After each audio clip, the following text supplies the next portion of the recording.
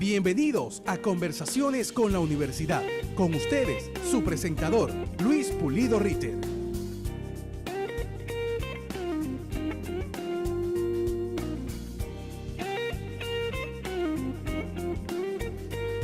Muy buenos días. En Conversaciones con la Universidad tenemos como tema de hoy, hablemos de los museos. Para tal efecto hemos invitado o tenemos como invitados especiales al doctor Hernández Jing, egresado de la Universidad Santa María la Antigua como licenciado en Comunicación Social, máster en Cultura y Museología en New York University y doctor en Historia del Arte del Graduate Center City University of New York, con especialización en arte latinoamericano. Ha trabajado en el Museo de Arte Moderno en New York, the Brooklyn Museum, the Hispanic Society of America y the New Orleans Historical Collection en Estados Unidos, el Museo del Canal Interoceánico y el Museo Antropológico Reina Torre de Araúz. Actualmente es el coordinador nacional de museos del Instituto Nacional de Cultura, del INAC. También contamos con la presencia de la magíster Marcela Camargo. Ella es especialista en Historia de Panamá y América, museógrafa, historiadora y investigadora en el Centro de Investigaciones, ¿verdad? Lo fui. ¿O lo fue? Bien. Fue la última directora del Museo Nacional y la primera del Museo del Hombre Panameño entre 1970 y 1975, y además la primera del Museo del Hombre Panameño, que hoy día es Reina Torre de Araúz en 1982, la primera directora. Del 76 al 82. Del 76 al 82, exactamente. Y tenemos a Katy Osorio Ugarte. Ella es arquitecta, máster en restauración de bienes culturales y doctora de filosofía en estudios de patrimonio mundial. Ha orientado su carrera hacia la protección y conservación del patrimonio histórico, monumentos y cascos antiguos. Su gestión y marco legal de protección, analizando problemas comunes a la conservación y al urbanismo, con énfasis en la investigación de sus aspectos teóricos y en la interpretación de sus valores patrimoniales. Además, hasta hace poco fue directora nacional de Patrimonio Histórico, subdirectora. Bien, tenemos una mesa muy buena aquí hoy día y muchas gracias de parte de la Universidad de Panamá, de Tecnología Educativa, del CIVIUP y de la Facultad de Humanidades, por haber aceptado participar hoy día en Conversaciones con la Universidad. Y me gustaría comenzar aquí con nuestro director Hernández Jing, ¿verdad? Cuando uno habla del INAC, y especialmente en el área de los museos, esa es la impresión que uno tiene. Es una institución que uno siente como que no arranca, que no termina de arrancar, como que en vez de ir mejorando y tener buenos museos, tener donde ir y llevar a su familia, o donde incluso vayan turistas, donde uno se puede informar del país, y uno tiene la impresión, ¿qué pasa que no avanzamos? ¿Qué pasa? Y a pesar que tenemos todo, tenemos presupuesto, tenemos talento, tenemos experiencia, tenemos gente bien estudiada, gente bien formada, pero sin embargo tenemos ese problema, sentimos que no avanzamos. ¿Cuál es el problema? ¿Qué pasa en el INAC? ¿Qué está pasando en el INAC? Wow, la verdad es que me haces una pregunta bastante desafiante porque pienso que hasta escapa un poco de lo que yo pueda. Bueno, en el museo específicamente sí puedo decir lo que pasa. En el INAC como un todo, No, en pues los museos, hay una cosa referido eso a es los como más, museos, sí. sí. Bueno, con los museos pienso que lo que está ocurriendo, esta situación de crisis que tenemos, y no puedo eludir eso, y no por trabajar en el INAC voy a decir que las cosas son lo que no son. Creo yo que lo que ocurrió fue que después de los esfuerzos, y pienso yo que titánicos, de abrir 18 centros, museos, o como quieran llamarles, a lo largo y ancho de la República en los tiempos de Reina Torres, en nuestra década digamos, dorada de los museos aquí en Panamá, década y quizás 2 décadas podríamos hablar. Lamentablemente, pues con su deceso, a mi juicio temprano y lastimosamente, pues por las condiciones que todos conocemos,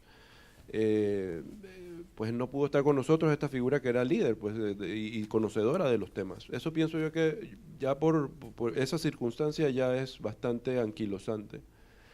Luego que las personas que quedaron, que habían sido entrenadas, que tuvieron esta formación, pues también a lo largo del tiempo fueron dispersándose, fueron encontrando otros caminos y no continuando formando en esa formación que necesitaba la generación siguiente para continuar este trabajo. Y eso por el lado dentro de las instituciones mismas, dentro de los museos. Ahora afuera, pues ya de todo el mundo es conocido la situación del Instituto Nacional de Cultura con todas sus virtudes y sus defectos, y pues pienso que no viene al caso pues ahora, pero el hecho es de que sí, se dan partidas, cada año se dan partidas para los museos, no todos, pero no son partidas de funcionamiento, sino son partidas de inversión. Entonces estas partidas lo que hace es que, y en lo que tenemos que cambiar, porque pienso que lo que tenemos que cambiar es la misma estructura de cómo se hacen las contrataciones públicas, pero yo no sé si yo soy la persona que va a lograr eso, pero en vista del trabajo que tenemos, y créanme señores que así mismo como están ustedes sentados ahí y juzgando sobre todo lo que hacemos dentro del gobierno, yo también estuve sentado allá y también critiqué duramente lo que se hace en el gobierno o lo que no se hace en el gobierno. Y no estoy aquí tampoco para defender tal o cual partido, sino que tenemos que darnos cuenta de que el sistema de contrataciones públicas es un sistema complicado, que tocando el tambor de la transparencia, no nos damos abasto para mover unos contratos que toman casi un año en formalizarse. O sea, entonces, ¿qué es lo que queremos?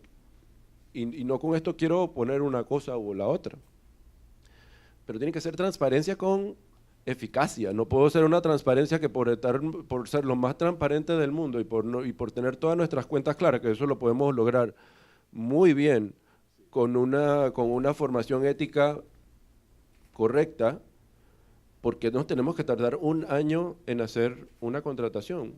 Entonces, ¿qué pasa? También, aunado a eso, pues está todo el declive que hay en la credibilidad que tienen nuestros gobiernos de esta época, de la anterior y las que vendrán. Entonces, ¿qué pasa? Nos matamos, bueno, no voy a ponerlo tan dramático, pero nos esforzamos mucho sacando adelante proyectos, consiguiendo todas las especificaciones técnicas que necesitamos para sustentar por qué nos estamos gastando el dinero y de qué manera lo vamos a invertir. Los subimos, los pasamos por todas las instancias burocráticas del gobierno que necesitan estar ahí para asegurarle al resto de los contribuyentes de lo que lo estamos haciendo con un ojo crítico y analítico. Entonces lo ponemos en Panamá Compra y nadie participa en los actos. Bien, a mí me gustaría entonces... Es un tema bien complicado, bien hondo. Bien complicado. Aquí tenemos también a Katy, es decir, Katy también nos puede contar, porque por ejemplo, Katy, tú que fuiste su directora, ¿verdad?, de patrimonio. Por ejemplo, cuando uno va a Portobelo, Katy, y uno ve las ruinas de Portobelo, es decir, eso da tristeza verlo. Es decir, ahí en medio de las ruinas uno ve unas tachabolas.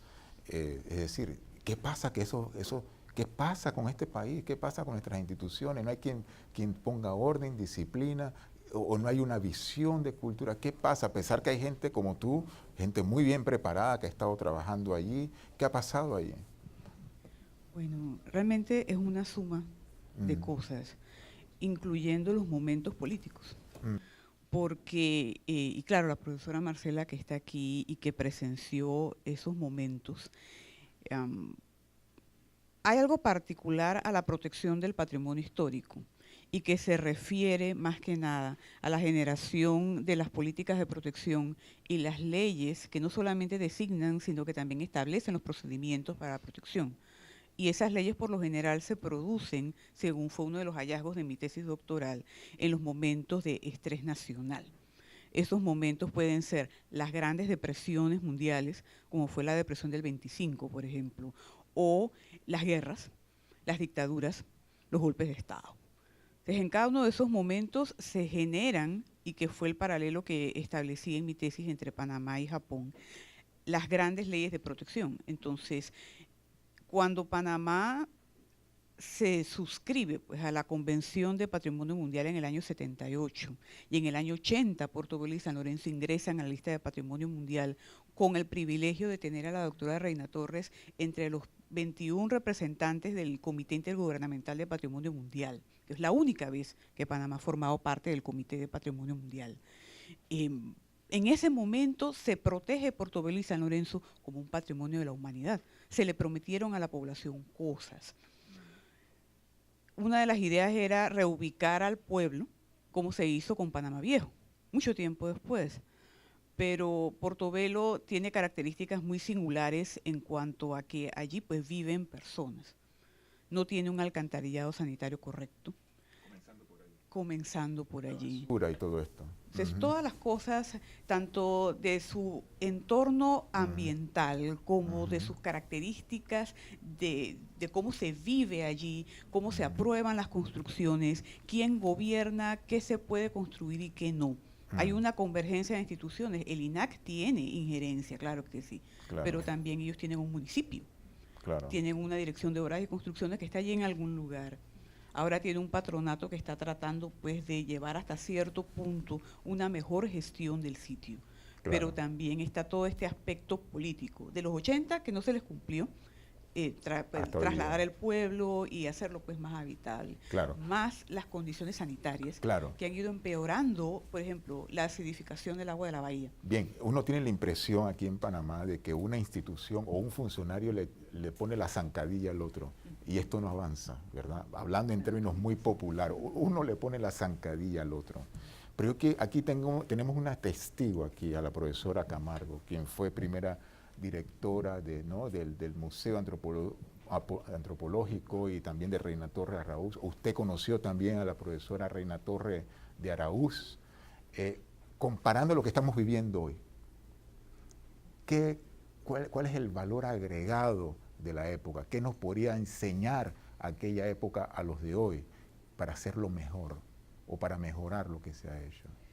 Bien, yo diría que los años 70 y los años 80 fueron tiempos especiales. Un gobierno que, buscando el apoyo popular, tomó en sus manos dos elementos fundamentales: la devolución del canal y el manejo del área canalera, y el otro, la cultura. Y le metió la mano a eso. El gobierno entendió claramente y por eso las actividades que proponía, que generaba el Instituto Nacional de Cultura con sus directores y la directora de Patrimonio Histórico, esa fue la dirección a la que yo pertenecí, pues era mayoritariamente aprobado, respaldado. Además, hubo un plan de desarrollo nacional,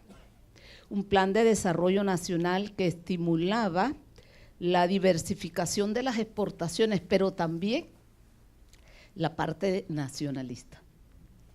Entonces estaba muy amarrado en cuanto al respaldo gubernamental, estatal, pero también la personalidad de una mujer como Reina Torres de Araúz. Dinámica, fuerte. No la invitaba en algún lado, pero se estaba hablando de patrimonio, ella se presentaba, se hacía sentir. Entonces yo creo que sí, efectivamente aquí lo han dicho, hay una serie de factores que convergieron y que convergen para que las cosas sigan adelante.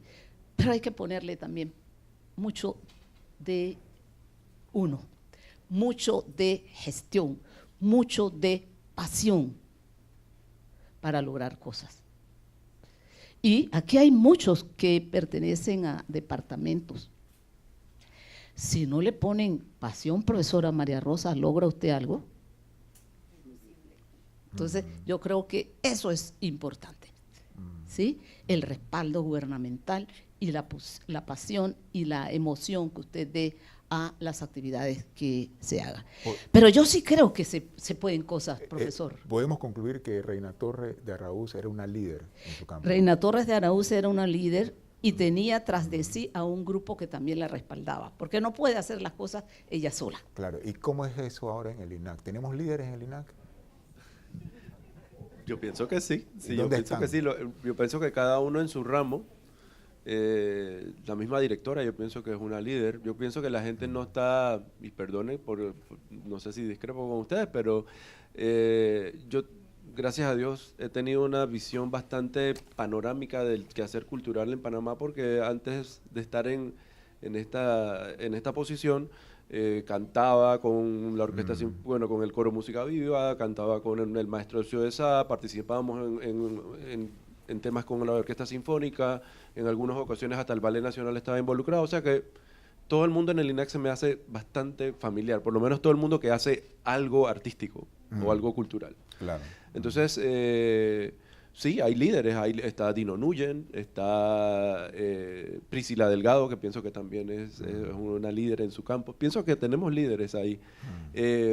Pero bueno, el tema administrativo es un poco diferente a eso, ¿no? Es decir, es la zancadilla, el tema administrativo. Pues no, sí, yo pienso que la zancadilla radica en el tema administrativo definitivamente, pero también un poco en el tema, y digámoslo claro y como es, del tema partidista dentro del INAC.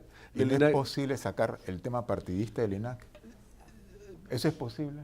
No lo sé si es posible, pero lo que yo sí le ruego a los gobernantes que tenemos y que tengamos, es que tenemos que entender también que el tema político es Yo me imagino, indiscutiblemente está metido en el tema. Pero yo me imagino, yo quiero hacerle una pregunta a ustedes Pero dos. antes de que déjenme terminar, lo que quería decir era que ojalá que las personas, porque tenemos que entender que estamos en este sistema político que a lo mejor del que no nos podemos desapegar, pero lo que sí podemos hacer es que, bueno, si tengo que elegir a alguien del partido, que sea por lo menos alguien que sepa. Claro. Pienso que lo que tenemos que estresar ahora, y cosa que a mí me ha resultado sumamente difícil desde que yo regresé de estudiar, es validar mis conocimientos en este país, y pienso que de eso debe empezar por esta misma casa de estudios, porque a mí me ha sido sumamente difícil. Fui profesor en la Facultad de Bellas Artes, validando todos mis títulos a través de todos los procesos que hay que hacer para poder hacer eso, y les sugiero, muchachos, que cuando vayan a estudiar afuera, dentro de 2 meses que reciban sus diplomas, tienen que validarlos para no tener que hacerlo como yo lo hice, que tuve que pagar un montón de plata y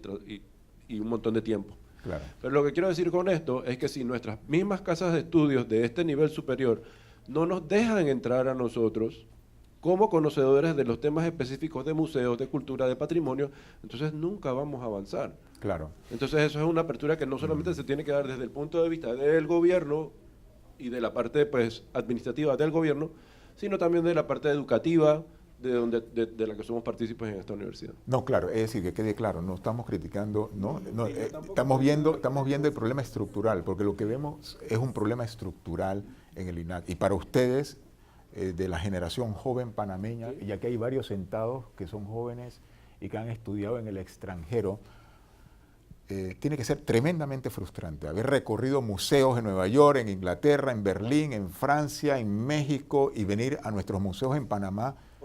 Digo, eso tiene que ser tremendamente frustrante, ver lo que estamos viviendo aquí. Y no podemos decir que porque Panamá es un país chico y un país pobre, porque ninguna de las dos cosas es. Esa es la gran paradoja de este país. Y en Costa Rica, hace, digamos, 5 años, abrieron un museo, recién acaban de abrir un museo del oro y uno del jade.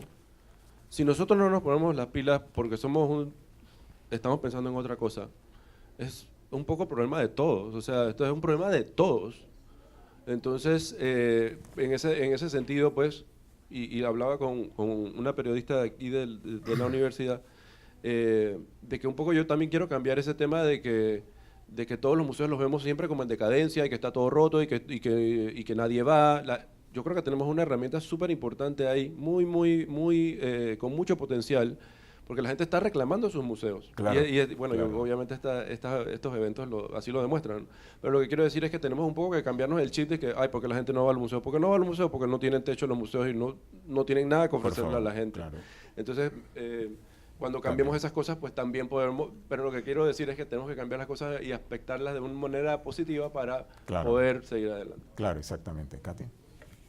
Sí, quería pues, y a partir pues de lo que estamos pues hablando, también retomar un poquito el tema de los momentos políticos, porque a lo que me refiero con el asunto de los momentos de estrés nacional son precisamente lo que provoca lo que ha pues dicho la profesora Marcela, que es el interés y el nacionalismo. Es una mezcla que suena feo, pero es la verdad, entre el nacionalismo y la xenofobia. Porque cuando se trata de resaltar lo propio, lo del país, necesariamente hay un tema de exclusividad también, porque somos diferentes, de dónde venimos, qué es lo que ha generado las estructuras de nuestras sociedades, las culturas que reconoce cada periodo, porque al inicio de los años 30, por ejemplo, lo indígena era bienes comerciales, que la ley lo reconocía como tal, y la misma Constitución también lo establecía, que todo lo indígena era sujeto de venta. Eso después cambia y finalmente la Constitución actual ya reconoce que el patrimonio indígena es patrimonio histórico nacional. Pero antes eso no era así. Lo mismo, tampoco se resaltaba de una manera excepcional lo negro. Tampoco, o sea, el mestizo era un mestizo muy específico de las provincias centrales. Correcto, hay un discurso ahí. Exactamente. Sí, Y eso claro. se refleja también en lo que ofrecen los museos. Claro. Dentro de todo esto, también tenemos ahora que... Por ejemplo, Katy, en Colón no tenemos ningún museo. Digo, en el año 2017, que en Colón no tengamos un museo, digo, ¿en qué país? Yo quisiera que ustedes me explicaran, ¿qué ha pasado aquí? En Colón ¿Qué ha pasado en Panamá? En Colón tenemos la aduana de Portobelo, que es en realidad una sala expositiva. Sí. Entonces, es un patrimonio de la humanidad, que por supuesto es una ventana que lo que refleja, o sea, lo que es el valor universal excepcional de los sitios de patrimonio mundial son bienes, lugares, sitios que han trascendido las fronteras nacionales por su importancia y se convierten en algo relevante para toda la humanidad. Claro. Eso es pues un legado muy importante que el país tiene que custodiar y al que tiene que prestarle atención.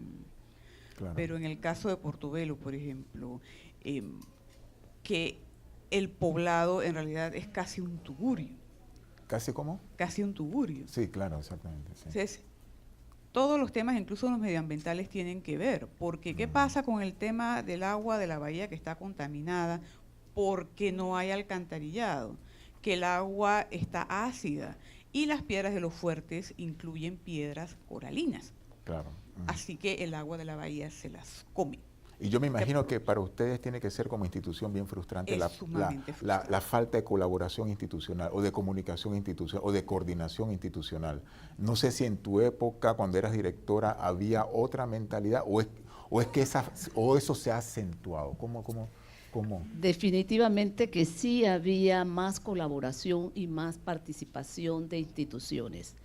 Marcela Toral fue la encargada de hacer la museografía del museo en aquel entonces del hombre panameño, hoy con justicia, llamado Reina Torres de Araúz. Pero Marcela no era una funcionaria de la Dirección de Patrimonio Histórico ni del Instituto Nacional de Cultura, era del municipio de Panamá y fue prestada. Otro joven vino del Ministerio de Obras Públicas, otros de Hacienda.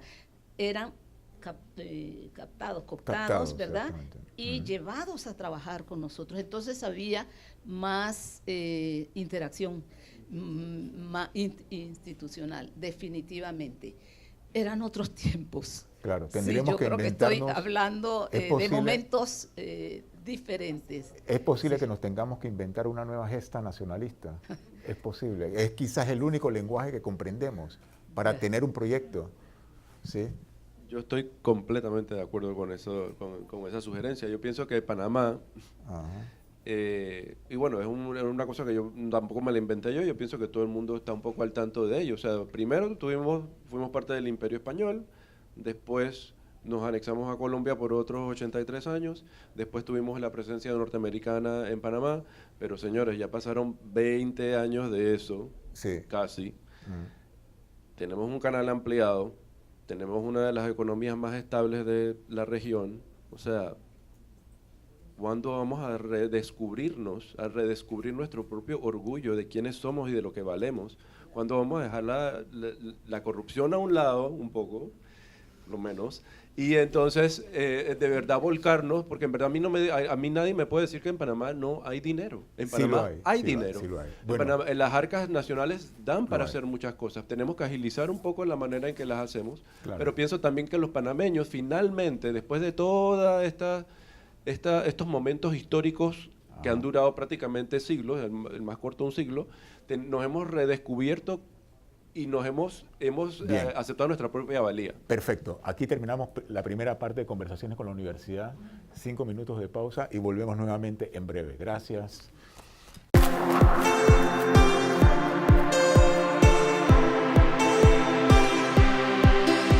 Bienvenido a la Universidad de Panamá, la mejor universidad que tiene este país. La Universidad de Panamá verdaderamente es un sistema de universidades. Contamos con 19 facultades, 10 centros regionales, 2 extensiones y 37 programas anexos que abarcan todo el país, incluyendo las comarcas. Esta institución históricamente ha graduado alrededor de 300.000 profesionales, al punto que no hay familia en este país donde no tenga un miembro de ella que haya pasado por estas aulas. Ustedes serán el futuro de la nación, le damos la bienvenida y sabemos que con ustedes este país será una mejor nación.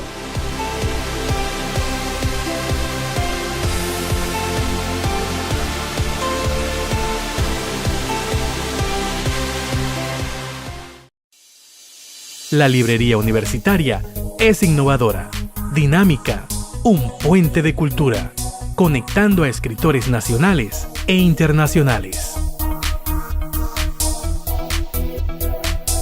Este espacio está disponible para administrativos, profesores, estudiantes y público en general.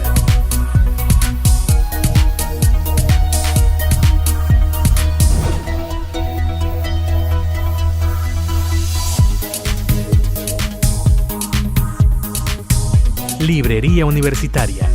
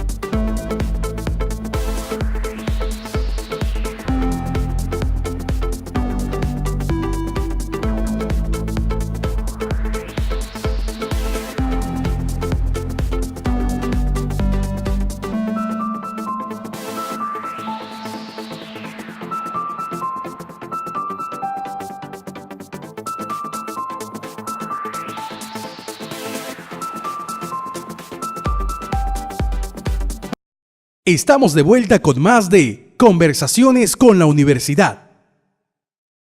En la segunda parte de Conversaciones con la Universidad hablamos sobre los museos. Es un tema tremendamente interesante para Panamá y los panameños. Creo que esta es la institución donde realmente podemos observar un sentimiento de frustración, donde no terminamos de arrancar. ¿Cuándo finalmente vamos a arrancar con la cultura en este país? Y cuando creemos que vamos a arrancar, vamos para atrás. Es decir, hay un gran sentimiento de frustración con respecto a la institución. Y en ese sentido, Conversaciones con la Universidad quiere abrir este espacio de discusión al respecto. Queremos pasar directamente al público, a las preguntas que tienen a hacer a nuestros invitados. Por favor. Panamá, como un país maravilloso, donde la educación es la base, es fundamental. Quisiera saber cómo está el folclore y la antropología actualmente aquí en Panamá. Sí, en cuanto a la educación, y pues abriendo un pequeño paréntesis dentro de la pregunta, una de las cosas importantes es, en cuanto a estos momentos pues, de nacionalismo y políticas, el momento del canal ha terminado. Ya el canal está ampliado, ya no hay que demostrarle nada a nadie, si ya el país lo maneja, lo amplió. Así que la parte de la lucha de apropiación por la reintegración de todo el territorio como territorio soberano culminó, y la siguiente etapa puede ser perfectamente la educación. Y dentro de la educación, lo que nosotros hemos entendido como folclore durante todos estos años, también es parte de ese reencuentro con el país, con sus diferentes identidades culturales y cómo estas identidades se deben enseñar en las escuelas, porque si no hay una armonía a nivel ciudadano, y entendiendo ciudadanos como ciudadanos del país, para entender al otro, al diferente, y que finalmente es tan panameño como nosotros todos, sin eso no puede haber armonía, no puede haber una sociedad integral, no puede haber paz. Hasta ahora, y hasta donde yo conozco, en cuanto a la enseñanza del folclore, el folclore se entiende mucho como lo que está en la cultura de Azuero, digamos, las provincias centrales. Poco a poco se están empezando a incorporar las imágenes de los congos, las imágenes de los indígenas, y que incluso ya es una palabra obsoleta. Tenemos otra pregunta. Mi pregunta va dirigido a qué hacemos para solventar el tema de la burocracia. Es necesario, como propuesta, elaborar proyectos con la empresa privada, involucrar, crear patronatos para saltar eso. Hay mucho dinero en Panamá, el país de los millones, y la empresa privada tiene programas de responsabilidad social, que hablamos de una responsabilidad cultural también con el país. Y dentro de ese marco existe, no tengo conocimiento, o existe algún plan de cultura y de manejo de los museos y patrimonios a largo plazo, mediano y a largo plazo, digamos 10, 20 años, que no tengamos que estar en este quehacer cada vez que viene un nuevo, y disculpen la palabra, cacique dentro de las instituciones a implementar un nuevo plan. Partiendo de cero. Partiendo de cero y eliminando lo anterior, que hace mucho daño a nuestra cultura. Debería haber un plan a largo plazo que atraviese, digamos, todos estos momentos políticos que nos toca vivir. Yo estoy dispuesto a participar de hacer un plan como lo mencionó, pero tenemos que también darnos cuenta de que a veces esos planes están escritos, porque estoy seguro que alguien lo habrá escrito antes que yo, alguien estuvo en un lugar similar antes que yo y trató de hacerlo también, y ese plan nunca llegó a mis manos. Entonces tiene que haber un compromiso institucional y un respeto hacia la academia también, que creo que es lo que nos falta. Le damos mucho peso a la burocracia, pero no a la academia. Entonces ya va a llegar el momento en que los científicos nos van a llegar a decir, oye, es que si sigues teniendo este edificio como lo vas a tener, todas las obras se te van a deteriorar. O va a llegar una persona que nos va a decir, que ya nos están diciendo, si no estudian las prácticas que hay en las reservas amerindias de aquí de Panamá, vas a perder de conocer un montón de cosas que ya están desapareciendo dentro de sus prácticas. Hasta que cambiemos ese chip y le demos más valor a la academia, al conocimiento, a los estudios y al pensamiento científico, entonces, y no valoremos tanto esa parte burocrática, que podamos cambiar este sistema. Yo creo, para agregar, yo creo que es importante la interinstitucionalidad. INAC debe ir de la mano también con el instituto, con la Autoridad de Turismo de Panamá y la Universidad de Panamá, que tiene los expertos, que tiene los docentes que podrían perfectamente ayudar. Sí. Yo quisiera añadir pues que también Panamá firma todo lo que le pongan por delante. Eso lo podemos decir con toda seguridad. Panamá es la única, bueno, dentro de los países de la región centroamericana y el Caribe, uno de los que ha firmado todas las convenciones de cultura. Y dentro de esas convenciones existe la convención del año 2005, que es la que se encarga precisamente de las políticas culturales. Y es la que se encarga de los indicadores de cultura, es la que mide el aporte de la cultura al PIB. Nosotros habíamos iniciado el primer informe que Panamá iba a mandar, espero pues que se haya enviado, sobre el tema de los indicadores culturales. ¿No existen correos? Correos. Sí, porque usted dice, espero que no se hayan indicado. Yo espero que existan correos para que se envíe. Como, sí, Sí.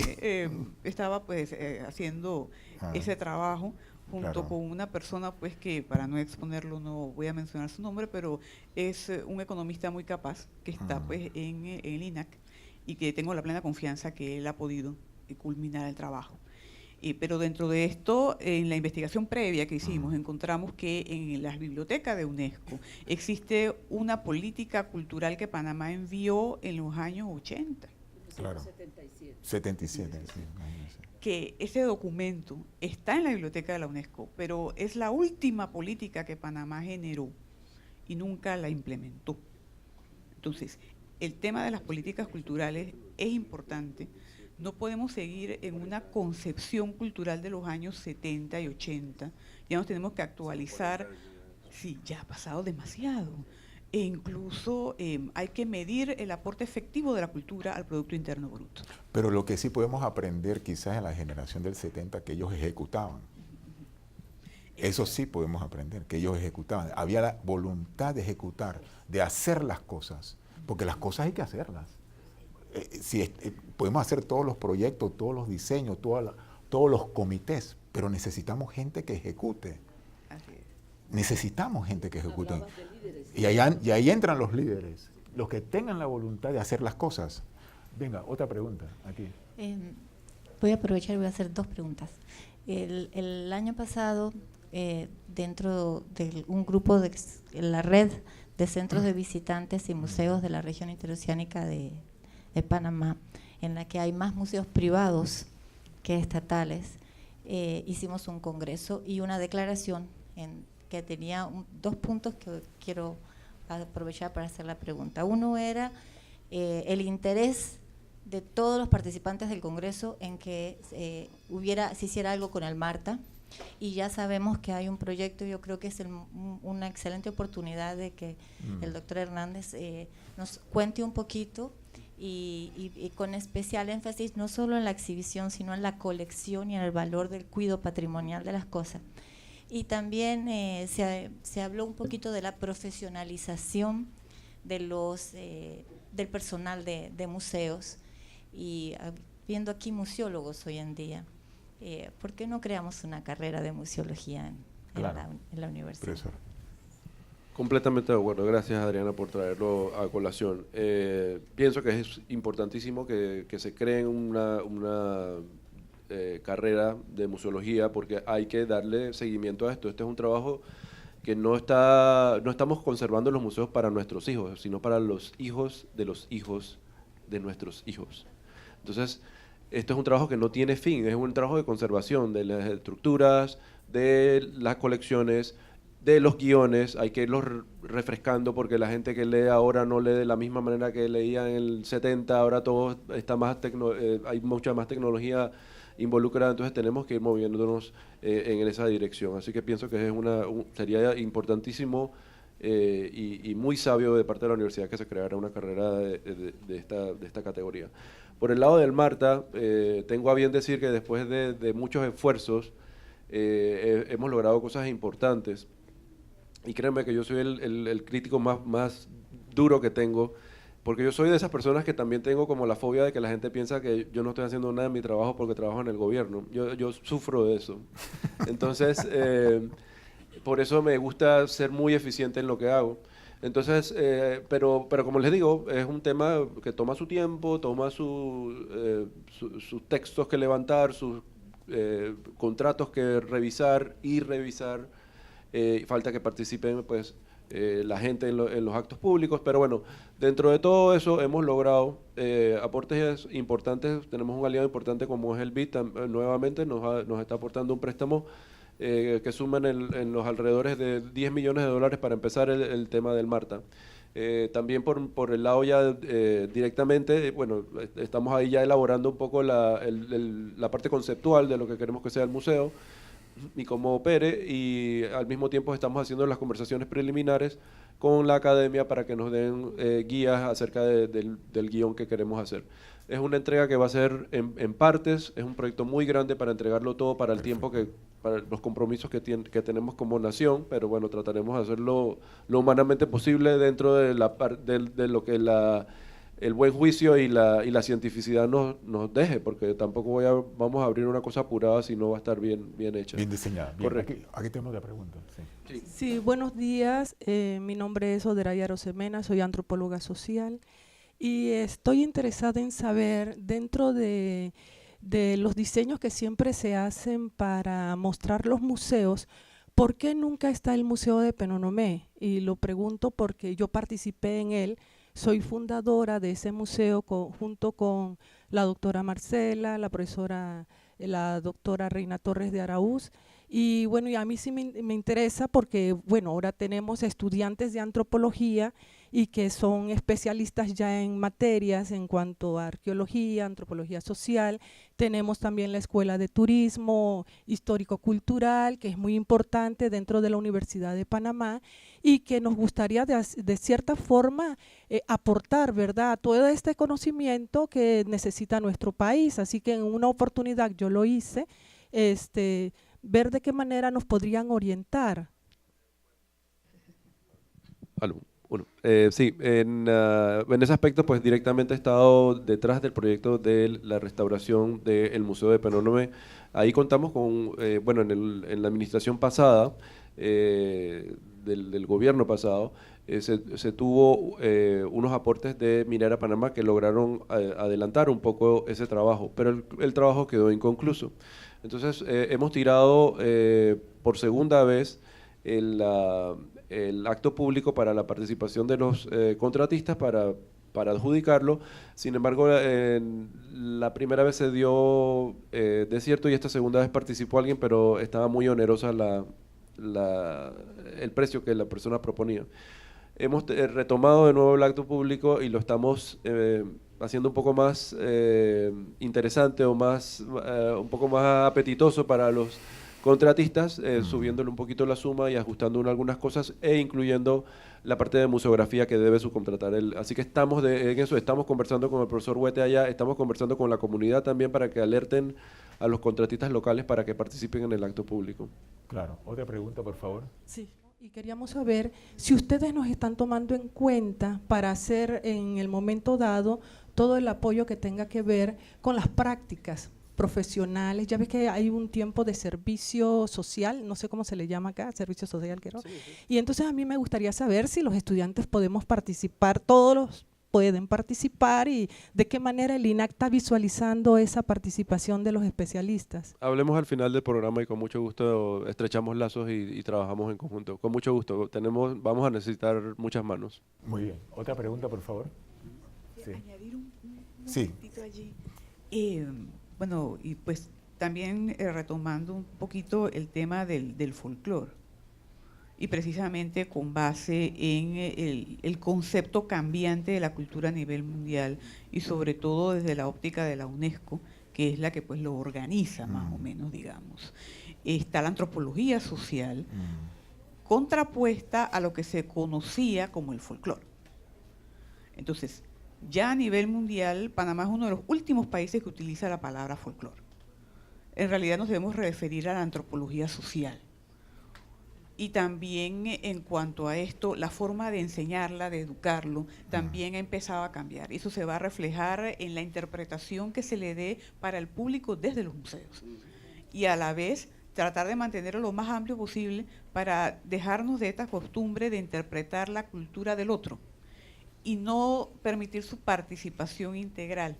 Claro. Desde la universidad, por supuesto. Ese es un punto bien importante. Un invitado que no ha estado aquí, que no ha podido venir, lamentablemente, es Carlos Fitzgerald, y precisamente él dice también igual que tú. Es decir, hay que dejar de hablar sobre el otro, claro, ¿no? Yo creo que ese es un punto importante. Venga. Definitivamente, sí. El museo de hoy en día es un museo que tiene que participar o que comunicar, es decir, es una agencia de comunicación donde el otro, el que está frente a las vitrinas o frente al edificio, participa y decide activamente sus exhibiciones, sus programas. Entonces sí, a ese otro hay que tomarlo en cuenta, hay que darle una posición de privilegio. Claro. ¿Otra pregunta? ¿Cómo la población podría involucrarse más activamente en cabildear, en hacer entender a nuestras administraciones gubernamentales el grito, la necesidad grandísima de tener una política cultural y los fondos para ejecutarla, el personal, la educación, todo lo que conlleva ejecutarlo? ¿Cómo podemos participar? ¿Cómo podemos apoyar a esto nosotros los ciudadanos? Y esa es una pregunta para todos ustedes. Bueno, yo creo que siendo más ávidos consumidores de cultura, tenemos que ir a los festivales, tenemos que ir al ballet, tenemos que ir al teatro, tenemos que ir a las exhibiciones, tenemos que ir, tenemos que participar, tenemos que ser más egalitarios y tenemos que ser voluntarios. Una de las cosas más afortunadas que yo pienso que me ha pasado a mí en mi vida es ser un voluntario. Primero porque tienes acceso a un montón de cosas que de otra manera, que mucha gente no tiene, y te meten en unos lugares que muy fácilmente, simplemente prestando ayuda, puedes tener acceso a las colecciones más interesantes del mundo, o haciendo las cosas más interesantes del mundo. Porque eso sí les puedo decir, mi trabajo a lo mejor no estoy feliz todo el tiempo, pero siempre estoy entretenido, siempre estoy como engaged, como dicen en inglés. Pero lo que quiero decir con esto es eso mismo, que tenemos que estar involucrados. El tema de que los músicos están mal, sí tiene que ver conmigo. El tema de que el ballet no tiene casa, sí tiene que ver conmigo. El ballet, el hecho de que el museo no tiene una casa digna, tiene que ver conmigo. Todo tiene que ver con todos. Entonces, participen en las cosas, participen en las actividades que cada bastión lleva a cabo, y así vamos a ir caminando en la dirección correcta. Esa participación de la cual habla el profesor se puede expresar en distintas formas. Una de ellas investigando y publicando sobre el tema, y la otra acompañando en cualquier gestión, en cualquier momento, a los directivos, a la gente que trabaja en el Instituto Nacional de Cultura para exigir justamente esos presupuestos, para exigir esas actividades, para exigir la incorporación de quizás otros grupos. Acompañarlos a exigir, porque sé que el Instituto Nacional de Cultura debe hacer escuchar su voz, presentándose y exigiendo a la autoridad más arriba que nos asignen los presupuestos adecuados para poder ejecutar todas las buenas cosas que podemos hacer. Profesora Camargo, y esto para cerrar, yo noto en ese binomio Torrijos-Reina Torres de Araúz la combinación perfecta, liderazgo, ella, y mecenazgo, Torrijos, pero también la población. ¿Cómo era la combinación? La fórmula no funcionaba sin la población involucrada, entendiendo esa manifestación de deseo de cultura como un acto político.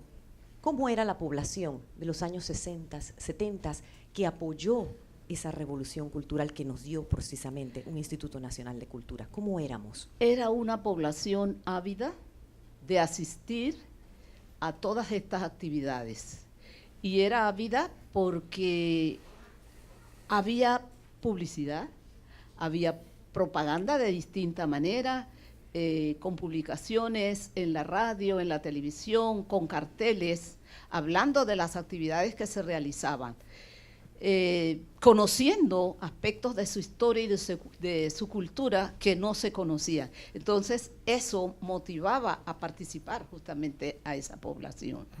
Yo recuerdo las actividades que teníamos en el auditorio del Museo del Hombre Panameño, que no eran exclusivamente relacionadas con la antropología o con la arqueología. Teníamos obras de teatro, teníamos talleres, teníamos conferencias de temas diversos, y públicos diversos asistían justamente a esas actividades. Entonces sí, había mucha divulgación, había mucho interés en participar por esa divulgación que se daba, por las lecturas que se hacían con las publicaciones que la imprenta de La Nación publicaba, y porque estaban presentes en todos los medios de ese entonces. ¿Katy, quieres decir algo? Sí. Dentro de esto de la participación de la población en el programa cultural que se le presenta, y también en la salvaguardia de las expresiones culturales, que es finalmente la Convención de 2005 también, está también escuchar las necesidades de la población. ¿Cuál es? Y por supuesto, pues tengo que hablar desde la óptica de lo histórico, que es pues mi especialidad. ¿Cuál es la historia que las personas necesitan escuchar? cuál es la historia que ellos quieren transmitir. Y dentro de esas historias también están esas expresiones culturales, el canto, el baile, todas estas expresiones que hacen el conjunto de la cultura, inclusive su patrimonio urbano histórico. Y pues debo mencionar, por supuesto, Colón, que Colón es uno de los lugares donde el gobierno pues está ingresando con un fuerte programa de restaurar esos paisajes, y que a la vez habla de intervenir los monumentos. ¿Qué es lo que la población realmente desea allí? ¿Cómo puede participar? ¿Cómo puede incidir en las decisiones que se toman y en el respeto a las leyes? Perfecto, muy bien. Yo quisiera ya terminar con estas palabras de Katy. Lo que sí queda en el aire y lo que va a quedar en el futuro es finalmente que algún día salgamos de este mito de Sísifo, estar condenados como Sísifo a cargar la piedra una y otra vez arriba y hacia abajo. Finalmente que esa piedra salga disparada hacia algún lugar. Bien, muchas gracias por atender aquí Conversaciones con la Universidad y que tengan todavía un excelente día. Muchas gracias a los invitados. Okay.